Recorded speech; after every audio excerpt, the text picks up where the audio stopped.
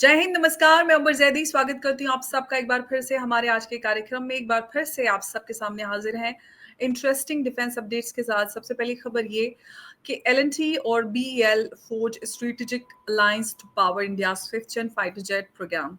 खबर आप सबके सामने हो और काफ़ी इंटरेस्टिंग है कि जो कोलैबोरेशन है, इस कोलैबोरेशन का जो पर्पस है वो ये है कि इंडिया का जो 5th जनरेशन फाइटर प्रोग्राम है उसको मजबूती देना, और इसके लिए एलएनटी और बीएल का कोलैबोरेशन हुआ है और ये काफ़ी इंटरेस्टिंग है। इसके साथ ही दूसरी खबर है कि अग्नि प्राइम या अग्नि पी भी इसको बोलते हैं, इसका सक्सेसफुल सफल जो है ट्रायल हो चुका है। और इंटरेस्टिंग बात ये है कि ये ट्रेन से किया गया है, जो ये खुद को अपने आप में एक अलग बनाता है। तीसरा अपडेट है आप सबके सामने, वो ये कि जो India eyes French fighter jet engines as US talks stall. ये इस खबर पे हम पहले भी बात कर चुके हैं और अब इस खबर में और ज़्यादा कंफर्मेशन और अपडेट्स आ चुके हैं। इसको भी आज के अपडेट्स में शामिल करेंगे।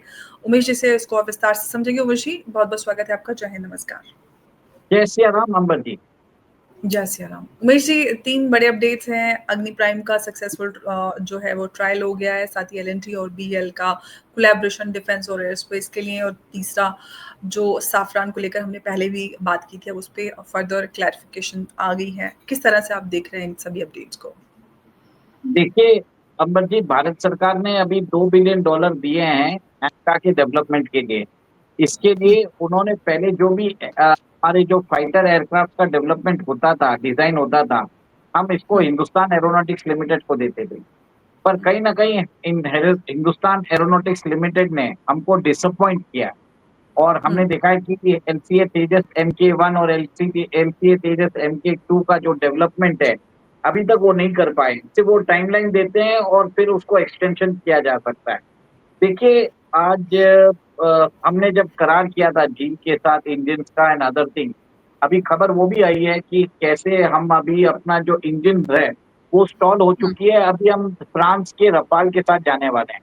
तो जी। एलसीए तेजस MK2 के इंजन की बात हो रही है, F414 इंजन, जिसके लिए मोदी जी 2 साल पहले अमेरिका गए थे। वो इंजन की डील अब ऑफ हो चुकी है क्योंकि अमेरिका में ने अभी तक कोई एक तरह से जो बोलते हैं ना आगे एग्जीक्यूशन होने की बात होती है, उसपे कोई बात ही नहीं कर रहा है। तो अब इंडिया ने भी सोचा है कि इनके ऊपर वेट नहीं कर सकते। अभी एक टाइम लिमिट होती है, टाइम लिमिट अभी एक्सपायर हो गई है। इसके लिए we should go with Safran. अभी सैफरान के साथ हमारा AMC का डील ऑलरेडी हो चुका है उसके फाइटर इंजन के लिए। $7 बिलियन का हमने ऑलरेडी उधर कर दिया है। अब भारत बोल रहा है कि चलो इन्हीं के साथ सब कुछ कर देते हैं, टोटली इन्हीं को दे देते हैं। तो एक तरह से बढ़िया हो चुका है हमारे लिए। अब क्या होगा, अभी हमें एक ही चीज है, इंडिजिनस कावेरी इंजन, उसका भी डेवलपमेंट चलता रहेगा और फ्रांस के साथ हम टेक्नोलॉजिकल ट्रांसफर की बात करेंगे ताकि हमारा जो कावेरी इंजन है उसी के ऊपर काम करना चालू हो जाएगा। This is actually very good for Indian defence act, मेरा ये मानना है। अभी हम अमेरिका के ऊपर ज्यादा भरोसा नहीं कर सकते थे, डी को सारा पैसा जाता, भले ही थोड़ा डिले होगा हमारे फाइटर जेट के प्रोग्राम में, बट भारत के अंदर स्वदेशी अगर इंजन बनेगा तो this is better than relying on unreliable American supply. और अभी जैसे आपने देखा है कि जो खबर आई है एलसीए जो AMCA के लिए है, इसमें भारत सरकार ने $2 बिलियन दिए हैं। फर्स्ट पब्लिक प्राइवेट पार्टनरशिप, जो एक तरह से है कि ये दोनों मिलके एलएनटी और भारत इलेक्ट्रॉनिक्स लिमिटेड दोनों मिलके बिडिंग करने वाले हैं और दोनों के पास एक तरह से टेक्निकल एक्सपर्टाइज है। हिंदुस्तान एरोनॉटिक्स लिमिटेड को एक बहुत बड़ी चुनौती मिलने वाली है क्योंकि हमेशा देखा जाता है कि ये जो पहले अर्लियर जो फाइटर जेट्स के कॉन्ट्रैक्ट है वो हिंदुस्तान एरोनॉटिक्स लिमिटेड को दिया जाता था और वो टाइम पे नहीं देते थे। उनकी टाइमलाइन जो रहती थी दे वर वेरी मच, मतलब एक तरह से एक्सटेंशन पे एक्सटेंशन लेते जा रहे थे। This is actually very good और भारत के अंदर एक डिफेंस इकोसिस्टम बनने वाला है। इसके अलावा अदानी एरोस्पेस भी इंटरेस्टेड है AMCA के अंदर। तो एक तरह से कंपेटिटिव बिडिंग होने वाली है और इसमें पैरामीटर देखा जाएगा और उसी के हिसाब से डिसीजन लिया जाएगा। तो ये एक बहुत बड़ी खबर है और पब्लिक प्राइवेट पार्टनरशिप होगी तो दोनों जगह टाइमलाइन मेंटेन की जाएगी और जो एंका का फर्स्ट प्रोटोटाइप जो है वो 2028 में इसकी टेस्ट लाइन भी होने वाली है। जी, बिल्कुल और कई सारे ये अपडेट्स हैं। लेकिन सर उमेश जी हम इस एल-एन-टी और बी-एल के हम कोलैबोरेशन की बात कर रहे हैं और इसमें जो साफ तौर से अगर हम प्राइवेट और पब्लिक पार्टनरशिप को देखें, किस तरह से ये जो डिफेंस में प्राइवेटाइज़ेशन और पब्लिक जो वो प्राइवेट सेक्टर को जो इसमें एंट्री मिल रही है, उससे कितना हम इसमें और तेज़ी देख पा रहे हैं डेवलपमेंट के अंदर? देखिए, पब्लिक प्राइवेट पार्टनरशिप हमेशा अच्छा ही होता है। इसमें क्या होता है कि आप ये समझ लीजिए पीएल जो है, हमारे जितने भी रडार्स है, हमारे जितने भी इलेक्ट्रॉनिक कंपोनेंट्स है, वो हुँ, भारत इलेक्ट्रॉनिक लिमिटेड बनाता है। भारत हुँ, इलेक्ट्रॉनिक लिमिटेड एक तरह से ट्रस्टेड पब्लिक सेक्टर यूनिट है और उसके साथ एल-एन-टी आता है। एल-एन-टी भी एक तरह से मल्टीपल डोमेन्स में वो हमारे यहाँ पे काम कर रहा है। पहले ही अगर आपने देखा होगा जो ज़ोरावर टैंक्स है, जो उसको लद्दाख में टेस्टिंग की, वो भी हुँ, एल-एन-टी ने बनाया है और हम एक तरह से पॉड्स बना रहे हैं, जो मतलब समुद्र में हम एक तरह से पॉड्स भी बना रहे हैं, छोटे पॉड्स, उसको भी एल-एन-टी बना रहा है। तो कहीं न कहीं एल-एन-टी के पास वो एक्सपर्टाइज़ है डिज़ाइन एंड डेवलपमेंट का और जो बीईएल है उसको इलेक्ट्रॉनिक कम्युनिकेशन सबका उसको एक्सपीरियंस है। दोनों मिलके एक तरह से टाइम लिमिट में वो इस प्रोजेक्ट को पूरा कर पाएँगे। हिंदुस्तान एरोनॉटिक्स लिमिटेड एक तरह से फेल हो चुका है। मेरा ये मानना है कि एएमसीए का प्रोजेक्ट उनको नहीं देना चाहिए। ओके। तो अब हम अगर दूसरे अपडेट की अगर हम बात करें तो हमने जी की बात की। क्या जो जी के डिले को अगर हम देखें, क्या ये जानबूझकर किया गया जिसकी वज़ह से भारत को हमने देखा काफ़ी कुछ नुकसान भी झेलना पड़ा और अभी जबकि भारत और अमेरिका के बीच में रिश्ते थोड़े-से गड़बड़ चल रहे हैं, उस सब के बीच में जो पेरिस है या हम फ्रांस को कहें, वो इस पूरे डिले का फ़ायदा उठाने की कोशिश कर रहा है? देखिए, फ्रांस कभी भी फ़ायदा उठा ही नहीं रहा था। हमें ये कदम साल भर पहले ही ले लेना था। एक तरह से हमारे यहाँ पे डिसीजन मेकिंग में डिले हुआ है।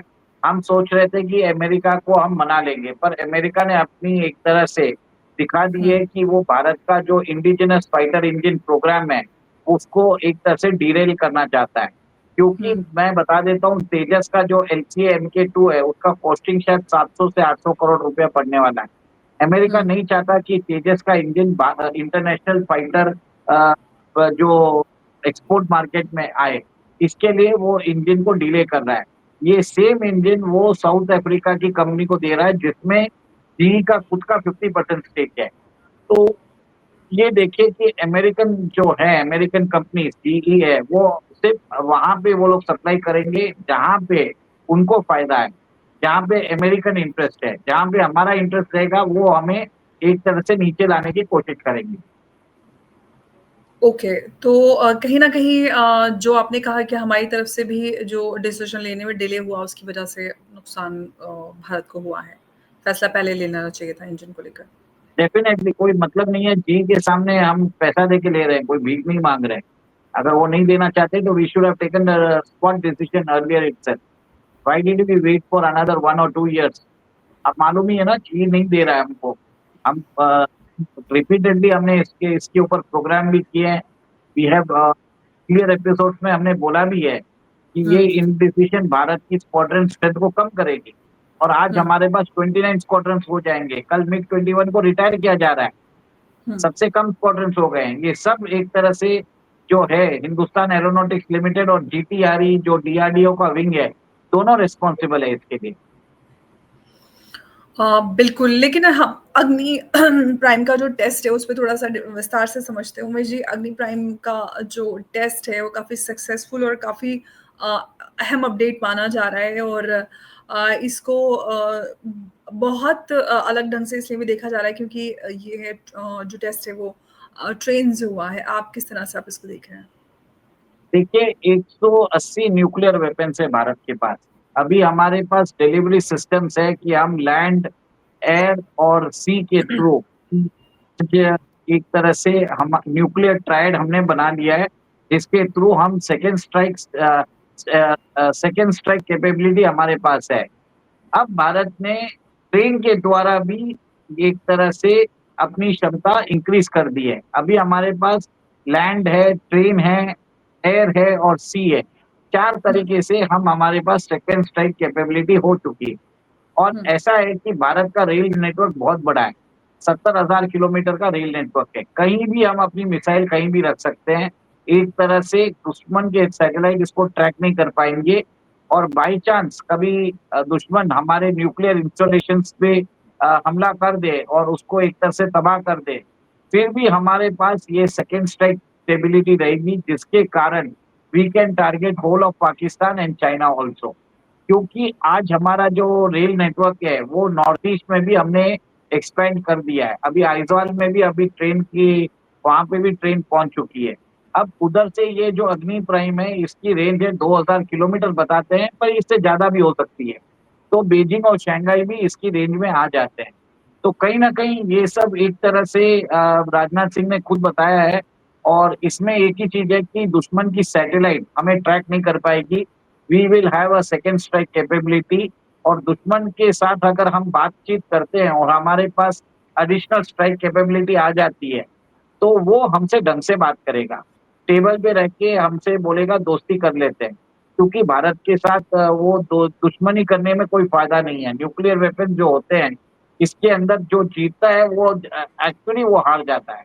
जो हारता है वो तो खत्म ही हो जाता है, उसको कोई फ़र्क नहीं पड़ता। सबसे बड़ा प्रॉब्लम वो है। इसके लिए भारत ने ये फैसिलिटी अभी अपने पास रख ली है और दुश्मन को भी मालूम है, चीन और पाकिस्तान को, कि भारत का रेल नेटवर्क बहुत बड़ा है, कहीं भी किधर भी छुपा के रख सकते हैं हम इसको और वक़्त आने पर इसको एक्टिवेट करके हम दुश्मन को वापस we can strike back on either on Pakistan and China uh whenever they attack us with nuclear weapon. बिल्कुल और जो राजनाथ सिंह जी ने कहा है कि ये जो सक्सेसफुल टेस्ट है वो भारत को उन चुनिंदा देशों के ग्रुप में शामिल करता है जिसने ये जो टेस्ट है मूविंग ट्रेन से किया है। ये उपलब्धि राजनाथ सिंह जी ने कही। अगर हम इस पे विस्तार से बात करें, आपने कहा कि हम अलग-अलग मीडियम से जो ट्रायल है वो हमने किया है, एयर की बात करें या फिर समुद्र की बात करें और अब मूविंग ट्रेन। ये और हम अभी ऑफेंसिव की तो बात करते ही नहीं है, लेकिन अपने आप में डिफेंस की अगर हम बात करें तो अपने आप में डिफेंस का मतलब ये नहीं होता है कि अगर हम अपना डिफेंस मजबूत कर रहे हैं कि हम किसी पे हमला करना चाहते हैं।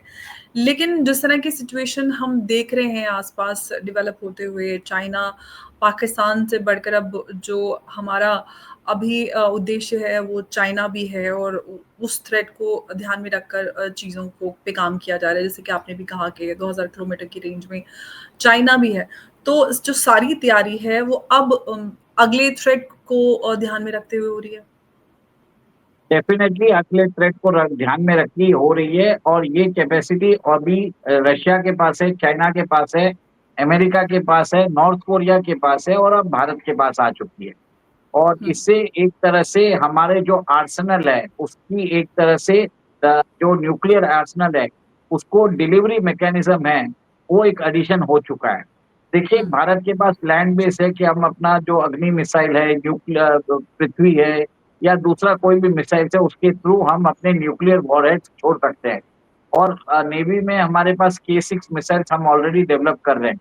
और रफ़ाल जो है, वो हमारी न्यूक्लियर मिसाइल्स भी लेने को तैयार वो भी कैपेबल है। तो कहीं न कहीं आप देखिए तो वो तो फैसिलिटी हमारे पास आ गई थी। अब ये 4th मैकेनिज़्म आ गया है। इससे बहुत ज़्यादा फ़र्क पड़ने का और सेकंड इसको ट्रैक करना बहुत मुश्किल है। एक तरह से इसको कहीं भी छुपा के रख लो, बाय चांस कभी समझ लीजिए पाकिस्तान या चाइना ने हमारे पे हमला कर दिया किसी एक भाग पे, हम उनके ऊपर सेकंड स्ट्राइक कर पाएँगे। वो पाकिस्तान भी नहीं बचेगा, चाइना भी नहीं बचेगा। ओके। तो ये कह सकते हैं कि ये भारत अभी डिफेंसिव से ऑफेंसिव की तरफ जा रहा है? डेफ़िनेटली डिफेंस में इस वजह से ऑफेंसिव की तरफ ही जा रहा है और भारत ने अभी आपको ध्यान होगा ये एमआईआरवी मिसाइल भी लॉन्च किया था कि एक वॉरहेड से मल्टीपल सिटीज़ पे हम टारगेट कर सकते हैं।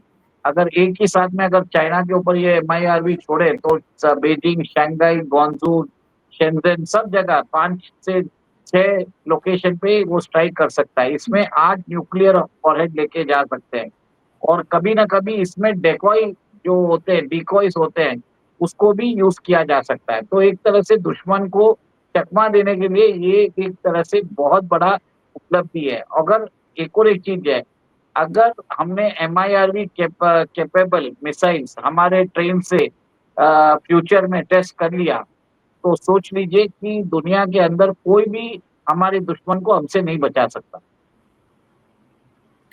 बिल्कुल और हम हर दिन जब भी डिफेंस अपडेट्स पे बात करते हैं तो काफ़ी इंटरेस्टिंग अपडेट्स हमें मिल रहे हैं। अग्नि अग्नि प्राइम का जो ये टेस्ट है, ये अपने आप में काफ़ी बड़ा अहम डेवलपमेंट है और जिस तरह से मूविंग ट्रेन पर हुआ है, वो एक और बड़ी उपलब्धि भारत ने हासिल की है और उस ग्रुप में भारत शामिल है। उमेश जी, हमने पहले भी बात किया कि भारत किस तरह से डिफेंस कोलैबोरेशन और डिफेंस फैसिलिटीज़ विदेशों में कर रहा है। अब हम मिसाइल की बात करें, ये भी भारत कर रहा है। एरोस्पेस की बात करें, डिफेंस की बात करें, भारत काफ़ी अच्छा कर रहा है। डीआरडीओ पे हम बात करते हैं, डीआरडीओ काफ़ी और इसरो की बात करते हैं। इस सब के बीच में आप ये जो ओवरऑल डिफेंस, एरोस्पेस और इन सब में जिस तरह से भारत कर रहा है, ओवरऑल उपलब्धि को किस तरह से देखते हैं? क्योंकि बहुत सारे लोग कमेंट करते हैं कि 1 पैसे का डेवलपमेंट नहीं हुआ है भारत में अभी तक, पिछले 11-12 सालों में। इससे ज़रूरी नहीं है कि एवरीथिंग हमें उनको बताने की ज़रूरत है, प्रूव करने की ज़रूरत है। हुँ। We don't need to prove anything to anyone. जब ऑपरेशन सिंदूर 2.0 होगा तब दिख जाएगा सबको। We why should we prove? रहने दीजिए ना, और नहीं मानने दीजिए। Let the enemy attack us, तो नेक्स्ट टाइम उनको खत्म कर देंगे। सिंपल है। तो आप जो कह रहे हैं जो ऑपरेशन सिंदूर, वैसे तो भारत सरकार तो कह रही है operation Sindoor is still on, तो 2.0 कहाँ से होगा? वो अभी 2.0 चालू होगा, 1.0 का अभी टेम्परेरी पॉज़ करके रखा है। तो इट्स 2.0 इट्स स्टिल जल्दी ऑन चालू हो राइट? जाएगा। इट इज़ कंटीन्यूअसली गोइंग नहीं ऑन। हाँ, मूविंग है, पॉज़ है। जब नेक्स्ट टाइम चालू होगा तो 2.0 होगा। जैसे एक पिक्चर खत्म होती है ना, तो थोड़ी देर के लिए नेक्स्ट वर्ज़न के लिए रिलीज़ होने के लिए टाइम लगता है ना, वैसे ही यही। और चलिए ठीक है, आपकी बात हम चाहते भी है कि अगला वॉर जल्दी हो, ताकि हमारे वेपन सिस्टम्स को हम टेस्ट कर सके, हमें और डिफेंस ऑर्डर्स मिलेंगे। हम ये बोल सकते हैं made in India tested in Pakistan. It is a अगली वेरी बार गुड ब्यूट अब की अ, बार पाकिस्तान तमाम। पाकिस्तान थोड़ा बहुत बचा है, एयर बेसेस तो खत्म हो गए थे पहले, अब उसको अमेरिका उनको रिपेयर अभी करने में नेक्स्ट लगा टाइम हुआ पूरा ही तमाम करेंगे, आप टेंशन ही मत लीजिए, पीओजे भी ले लेंगे। हमें एक तरह से अभी राजनाथ सिंह जी ने बोला भी है कि पीओजे के लिए हमें युद्ध लेने की ज़रूरत ही नहीं पड़ेगी। वहाँ पे है। जी, सिचुएशन ऐसी खराब होगी कि पाकिस्तान की जो वहाँ के हुक्मरान है, वहाँ पे जो पुलिस है, वहाँ की जो लॉ एंड ऑर्डर एजेंसीज़ है, वो खुद पाकिस्तान छोड़ के भाग जाएगी, पीओके छोड़ के भाग जाएगी। वो होगा। अभी बहुत लोग मानेंगे नहीं, पर ठीक है, जिस दिन होगा देख लेंगे। बिल्कुल, अब देखते हैं क्या होगा, लेकिन उमेश जी, आपने कहा कि पाकिस्तान का काम तमाम, लेकिन हमारा सबसे बड़ा थ्रेट है चाइना, सबसे बड़ा, उसका क्या आपको लगता है कि उधर भी इस तरह का कुछ हो सकता है या फिर भारत और चाइना ऑफेंसिव में नहीं जाएँगे? क्योंकि अभी चाइना नहीं ये बोला था जाएँगे, कि अभी भारत में दोनों नहीं जाएँगे, दोनों को अपनी इकोनॉमी पे काम करना है। पाकिस्तान भिखारी है, उसको कोई फ़र्क नहीं पड़ता। वो तो एक तरह से उसको इंग्लिश में एक वर्ड है WHORE, वो अपने आप को हर जगह बेचने चले जाता है। अभी यूएस में बैठा है वो मुनीर और शहबाज शरीफ दोनों बैठे हुए हैं। तो पाकिस्तान की हालत ही ऐसी है। तो अभी वो एक तरह से अभी अमेरिका गया हुआ है, कभी सऊदी चले जाएगा, कभी यूएई चले जाएगा, कभी चाइना चले जाएगा। चाइना और इंडिया को फ़ोकस है इकोनॉमी पे, और जो इकोनॉमी कर सकती है ना, वो सारे डिस्प्यूट्स भी एक तरह से डिसॉल्व कर सकती है। Economic gains are very much important rather than boundary dispute. ठीक है? ये सबसे बड़ी बात है। बिल्कुल, आपने सही कहा, कहीं न कहीं जब ट्रेड और इकोनॉमी, ट्रेड कॉमर्स इन्वॉल्व होता है, तो इस तरह की कॉन्फ्लिक्ट्स और इस तरह की जो सिचुएशन जो हो सकती हैं, उनको काफ़ी हद तक अवॉइड किया जा सकता है। चाइना एग्ज़ाम्पल सामने है, भारत-चाइना, चाइना के और भी जो एडवर्सरीज़ हैं, चाइना उनके साथ ट्रेड करता है और ट्रेड पे कॉम्प्रोमाइज़ चाइना नहीं करता। यही वजह है कि बहुत सारे देश चाइना पर निर्भर हैं। इनफैक्ट अगर हम इंक्लूडिंग यूएस की बात करें, तो यूएस भी चाइना पे निर्भर है। सारा कुछ तो चाइनीज़ ही वहाँ पे बिकता है। एनीवे काफ़ी इंटरेस्टिंग और अहम जानकारी मुझे आपने हमें इन सारे अपडेट्स पर साझा की, उसके लिए आपका बहुत-बहुत धन्यवाद। नमस्कार, जय हिंद, जय भारत। जय श्री राम। जय श्री राम।